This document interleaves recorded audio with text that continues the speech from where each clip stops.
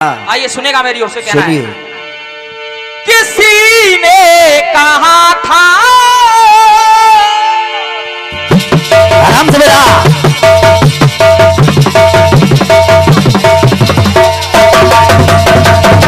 और भाई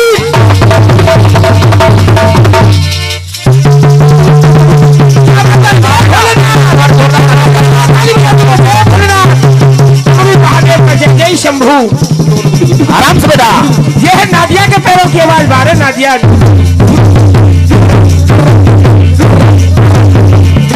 आराम से बेटा, बहुत बढ़िया बेटा।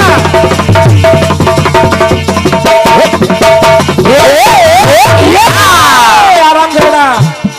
ये है जोगिंदर 86। ओहो सुपर 86। बेटा सब यूपी के हैं, चाहे 83 हो, चाहे 81 हो, चाहे 82 हो, चाहे 80, चाहे 86 रहने वाले सब हिंदुस्तान के हैं। हाँ नहीं, एक लड़का वेस्ट इंडीज से भी है इसमें बेटा। और क्यों है सुनिएगा, जय जय। क्यों सब यूपी के हैं, क्यों भारतवासी हैं। कश्मीर हमारी जन्नत है, जय हिंद हमारा नारा है। और मेरे साथ मिलकर के कहिएगा, कश्मीर हमारी जन्नत है, जय हिंद हमारा नारा है। उस चीन और पाकिस्तान से कह तो ये हिंदुस्तान। ये है गाना बजाना। इसे कहते हैं ब्लैक झंडा। ये 101 रुपए का महान आशीर्वाद पीके स्टूडियो उनकी तरफ से प्रदान हुआ। ये जो कार्यक्रम आप देख रहे हैं, ये इस चैनल पर सुन पाएंगे। जय जय। पीके रसिया दंगल, पीके सुपर स्टूडियो, ओहो पीके लाइव म्यूजिक, इन तीनों चैनलों पर आप इस कार्यक्रम को सुन सकेंगे। मैं चाहूंगा एक बार जोरदार तालियां बजा दें जरा इनके लिए। और ज्यादा से ज्यादा इस चैनल को सब्सक्राइब करें, वीडियो अच्छी लगे तो लाइक करें और शेयर करें। ओहो। किसी ने कहा था किसी से न कहना, लगे चोट दिल पर तो खामोश रहना। लगे चोट दिल पर खामोश रहना। मेरी दास्तां को याद करेगा जमाना, मेरी दास्तां को याद करेगा जमाना। मेरे आंसुओं सीख लो मुस्कुराना। खुशी का है मौका मगर क्या करूं मैं, नहीं आज कोई मेरी खुशी का तराना। मेरे आंसुओं सीख लो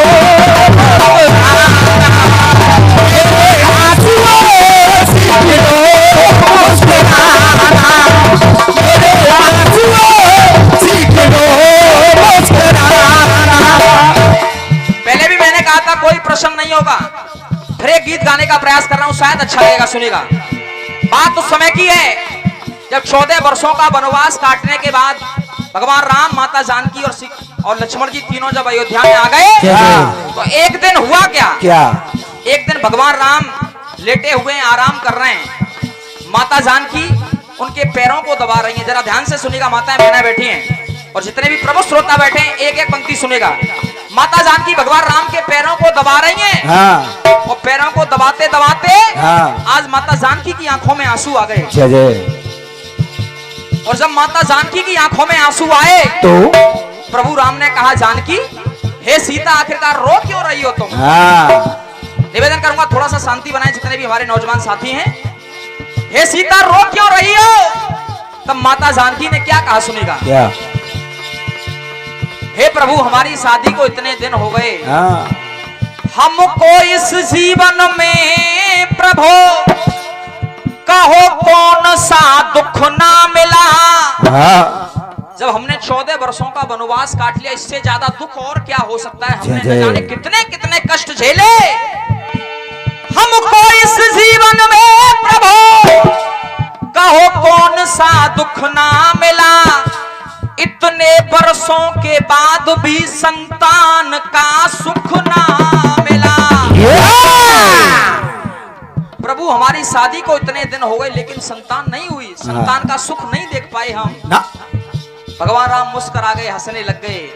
कहा जानकी कैसी बात करती हो तुम, संतान लाई अपने हाथों की रेखाओं को मुझे दिखाइए। भगवान राम ने आज माता जानकी के हाथ को पकड़ लिया और उनकी हस्तरेखाएं देखने लग गए।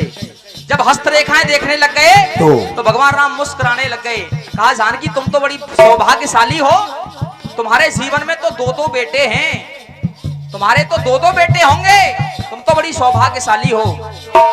आज माता जानकी बोली प्रभु दो बेटे होंगे, तो माता जानकी की आंखों में फिर आंसू आ गए और कहने लगी, सुनेगा, भक्ति की चादर में प्रभु मानती हूँ दो बेटे होंगे, मैं सौभाग्यशाली हूँ, लेकिन प्रभु मेरी इच्छा क्या है। भक्ति की चादर में प्रभु शक्ति लपेटी चाहिए। तो माता जानकी कह रही हैं बेटा मिले या ना मिले पर मुझको बेटी चाहिए। बेटा मिले या ना मिले पर मुझको बेटी चाहिए। प्रभु मेरी इच्छा है कि कैसे भी घर में बेटी हो जाए। जय जय। आप सबको सब कुछ दे सकते हो अंतर्यामी हो प्रभु, तो क्या मुझे बेटी नहीं दे सकते? तो प्रभु राम क्या कह रहे हैं, क्या सुनेगा। माता जानकी से कहा भगवान राम ने, हे जानकी सुनो, दो है बेटा तेरी कहे हस्तरेखा, दो है बेटा तेरी कहे हस्तरेखा, बेटों की वसुधा जाए समेटी नहीं है। और अब तक आपने बड़ा आनंद लिया, अगर लाइन अच्छी लग जाए तो फिर आशीर्वाद चाहूंगा।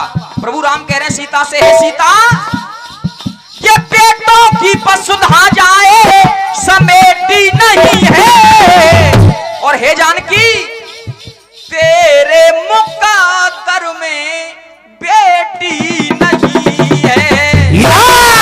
बहुत बढ़िया बेटा, ये होता है गाना बजाना। हे जानकी तेरे मुकद्दर में बेटी नहीं है ना। तू कैसी बात करती है जानकी, रो क्यों रही है? प्रभु राम ने कहा सुनेगा, लेकिन आज हम भी न जाने बेटियों को कौन सी स्थिति पर लेके जा रहे हैं। कह रहे हैं राम बेटों की वसुधा जाए समेटी नहीं है, तेरे मुकद्दर में बेटी नहीं है, तेरे मुकद्दर में नहीं है, तेरे मुकद्दर में बेटी नहीं है। माँ जानकी बोली प्रभु अरे तुम अंतर्यामी हो, ऐसी बात करते हो, मानती हूं मैं। अब माता जानकी क्या कह रही है सुनेगा, दो पुत्र होंगे सुख होगा दूना। और एक एक व्यक्ति ताली बजाएगा, उसे कहते हैं लाइन। कह रही है माता जानकी मैं मानती हूं दो पुत्र होंगे सुख होगा दूना, लेकिन स्वामी बेटी के बिना तो स्वामी ये आंगन है सूना। बिना बेटी के तो स्वामी आंगन ही सूना है। और क्या आशा और उम्मीदों की हुई हस्तरेखा। पहली लाइन कह रही है कहे हस्तरेखा, आशा और उम्मीदों की हुई हस्तरेखा, भुजा भर कभी भी मां से भेटी नहीं है, तेरे मुकद्दर में बेटी नहीं है, तेरे मुकद्दर में बेटी नहीं है, तेरे मुकद्दर में बेटी नहीं है। अगली पंक्ति में माता जानकी क्या कह रही है सुनेगा, ना जाने क्या क्या देती उसको विदा में। जब बेटी को विदा करती तो न जाने क्या क्या देती, ना जाने क्या क्या देती उसको विदा में, डोली में बिठा बिटिया को करती विदा में, कहाँ रूप रेखाओं में हुई व्यस्त रेखा, रिश्तों के पथ पर शायद लेटी नहीं है। माता जानकी जब इतना कह रही है, भगवान राम कह रहे हैं ज्यादा अधीर हो गई, आंखों से आंसू बहने लगे, तो माता जानकी की तरफ देखकर भगवान राम ने कहा, जानकी मैं तुम्हें बेटी तो दे सकता हूँ, लेकिन एक कारण है। क्या? एक कारण है, मैं बेटी तो तुम्हें दे सकता हूँ, हाँ। क्योंकि ये चल रहा है त्रेता युग। अब वो कारण क्या बता रहे हैं, सुनिएगा। आदरणीय दादा रामरूप जी, सूतराम नगरिया, उनकी तरफ से आशीर्वाद मिल रहा है। एक बार जोरदार तालियां बजा दें दादा। जय जय जय जय। अब भगवान राम कह रहे हैं, मैं बेटी तो दे सकता हूँ, लेकिन एक कारण है। वो कारण क्या है, सुनिएगा। कौन सा बेटा? कहा जानकी ये चल रहा है त्रेता युग, तो सुनिएगा। किसमें है इतनी शक्ति, बनेगा जामाता। जामाता कहते हैं जमाई के लिए। जय जय। जानकी इस युग में इतनी किसी में शक्ति नहीं है जो मेरा जमाई बन जाए। जय जय। इस पूरे त्रेता युग में इतनी किसी के पास शक्ति नहीं है हाँ। जो मेरा जमाई बन जाए। हाँ। और कारण बस इतना ही है, जानकी क्या? किसमें है इतनी शक्ति, बनेगा जमाता। बेटी का हाथ सिया मैं किसको थमाता। ऐसा कोई इंसान मुझे दिखाई नहीं दे रहा ना। जिसको मैं अपनी बेटी का हाथ दे सकता था। यही कारण है जानकी मैं तुम्हें बेटी नहीं दे सकता। जय जय। तब कहा राम ने, सुनिएगा। ऐसे अभावों से भी ग्रस्त रेखा, किसी ने वो सकी चादर लपेटी नहीं है। और जानकी यही कारण है, तेरे मुकद्दर में बेटी नहीं है। भगवान राम बोले यही कारण है, लेकिन जानकी चिंता ना करो, इस युग के बाद द्वापर युग आएगा। जय जय। द्वापर युग में होगा क्या? क्या? तब भगवान राम कह रहे हैं, सुनिएगा। द्वापर में पुत्र तुम 10-10 जनोगी, हाँ। और एक बिटिया की भी माता बनोगी। और एक बिटिया की भी माता बनोगी, जो ब्याहेगा उसकी होगी जबरदस्त रेखा। रामवीर की कलम और कविता हेटी नहीं